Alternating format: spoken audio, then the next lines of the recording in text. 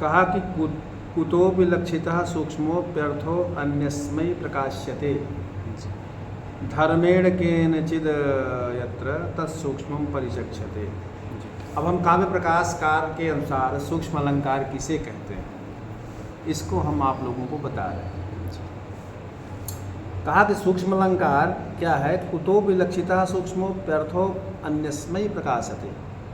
कहा कि दुर्गेय चीज़ जो बड़ी कठिनता से जानी जा सकती है, अर्थात सूक्ष्म भी अर्थ किसी प्रकार से जान लिया भी जाए, और यह बात अथवा जाना हुआ सूक्ष्म अर्थ भी जहाँ किसी अस्मारक धर्म से दूसरे को बतलाई जाती है, उसे सूक्ष्म अलंकार कहते हैं। उसे क्या कहते हैं? सूक्ष्म अलंकार। मतलब किसी भी आकार, आज चेष्टा इत्यादि से सूक्ष्म माने तीक्ष्ण बुद्धि वालों के ही समझने योग्य जो चीज़ होती है, उसे सूक्ष्म अलंकार ही कह सकते हैं। अब जैसे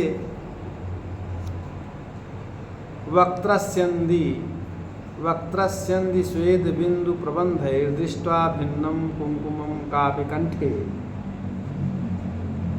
पुष्पं तन्व्या व्यंजयन्ती वयस्या स्मित्वा पाणौ खड्गलेखां विलिलेख। समझ रहे हो नहीं? जी। देखिए, ये बात ये है कि कोई नायिका है, वो अपने नायक के साथ रत कीड़ा करके आई हुई है, और निकलती हुई उसके मुख पर और गले के नीचे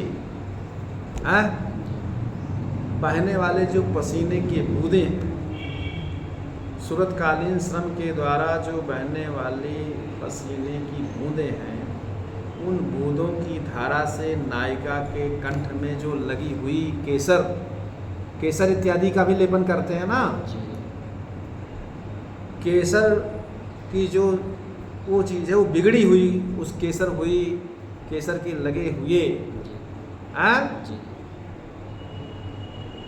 कंठ में लगी हुई केसर को, बिगड़ी हुई चीज़ों को देख करके किसी सूक्ष्म दृष्टि वाली जो नायिका है, सूक्ष्म दृष्टि वाली नायिका इस चीज़ को जान सकती है। सखी ने मुस्कराते हुए क्या किया, वही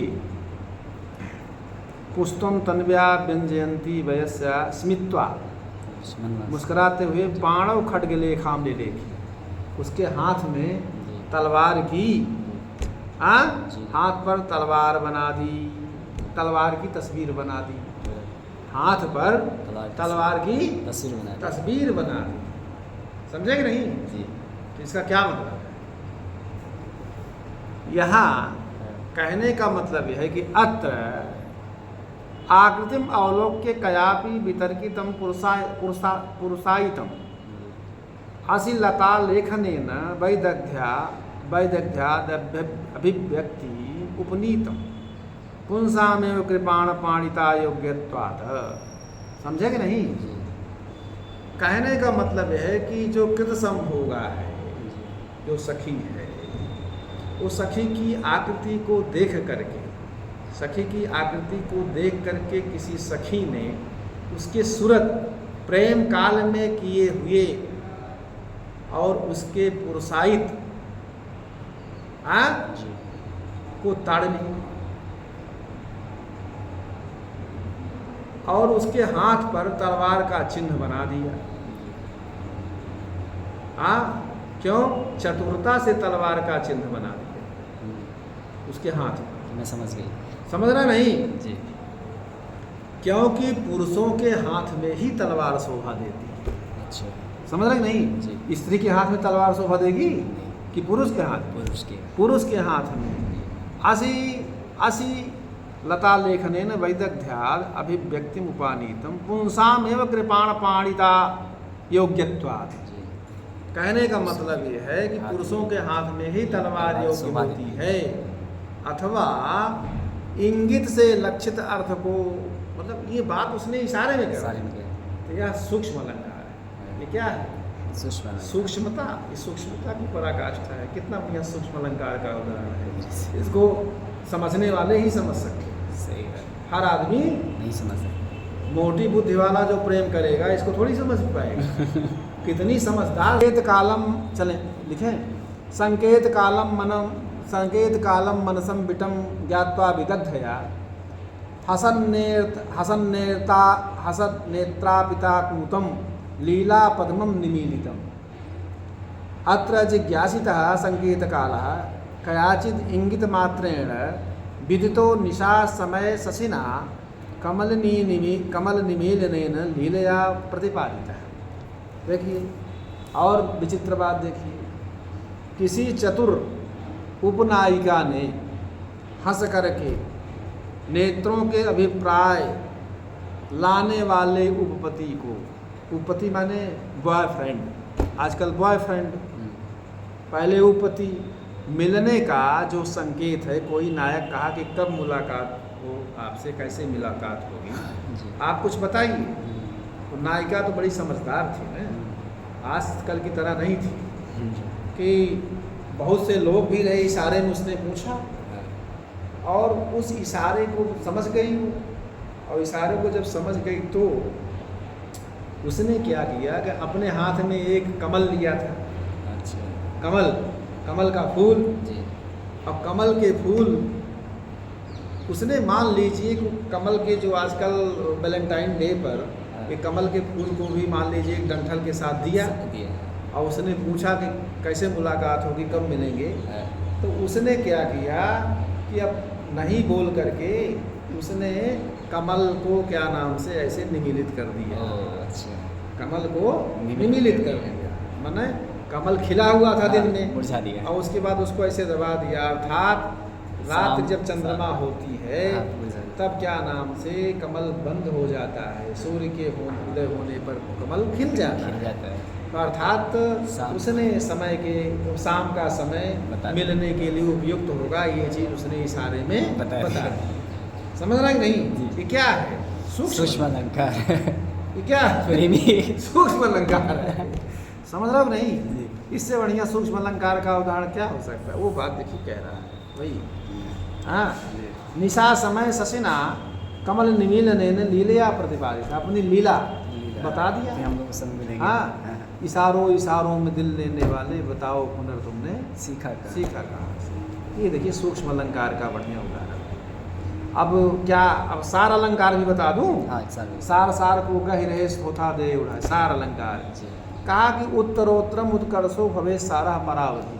हाँ, परा पर्यंत भागो अवधिर यस्य धाराधिरोहितया तत्रैवोत्कर्षस्य विश्रांते उदाहरणम्। राज्ये सारं वसुधा वसुधाया पुरं पुरे द्यौसौधं सौधे तल्पम तल्पे वरांगनांग सर्वस्वम। देखिए सार अलंकार का हम बता रहे हैं आपको कि जहाँ पर पराकाष्ठा पर्यंत उत्तरोत्तर मतलब अगले अगले का उत्कर्ष वर्णित हो, अगले अगले के प्रति उत्कर्ष वर्णित हो, वहाँ सार नामक अलंकार होता है। वहाँ क्या होता है? सार नामक अलंकार। जैसे और पर माने परम भाग, पराकाष्ठा जिसकी अवधि है, क्योंकि क्रमशः बढ़ते हुए उसी पराकाष्ठा में उत्कर्ष की विश्रांति होती है। उदाहरण के रूप में जैसे मैंने आपको बताया कि राज्य सारम वसुधा। राज्य का सार क्या है? वसुधा माने पृथ्वी। राज्य राजा के तो राज्य का सार क्या है? पृथ्वी। समझे? और क्या हुआ? वसुधायाम पुरम पुरे सौधम, अब पृथ्वी में नगर। समझ रहे हो नहीं? पृथ्वी का सार क्या है? नगर। अरे राज्य का सार क्या है? नगर। और नगर का क्या है? सौधम, राजमहल। नगर में क्या है? राजमहल है। और महल का सारभूत क्या है? कहा सौधे तल्पम। तल्पम माने पलंग, बेडरूम, बेड, जिसको बेड कह सकते हो, पहले पलंग कहते थे। तो कहने का मतलब ये है कि महल का सारभूत क्या है? पलंग। और पलंग का भी सार क्या है? तल्पे बरांगना अनंग सर्वस्वम। कामदेव का सर्वस्वभूत वारांगना है। हाँ? जी कामभूत का सर्वस्वभूत क्या है? वारांगना। जी वारांगना समझते हो? रंगना नारी हाँ, नारी, जी रानियां या नारियां हैं, जी उनका सर्वस्व सारभूत क्या है? नारियां हैं। नारी तो ये क्या है कि एक दूसरे के उत्तरोत्तर जो है उत्कर्ष को बढ़ाने वाले, इसीलिए इसे क्या नाम से क्या कहते हैं? सार सार अलंकार। समझ रहे हो ना? सबका एक सार इसको क्या है? सार सार अलंकार। हाँ जी हाँ हाँ, जी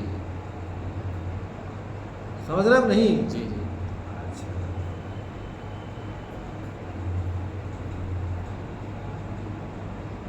और पढ़ा दी? नहीं हाँ, बस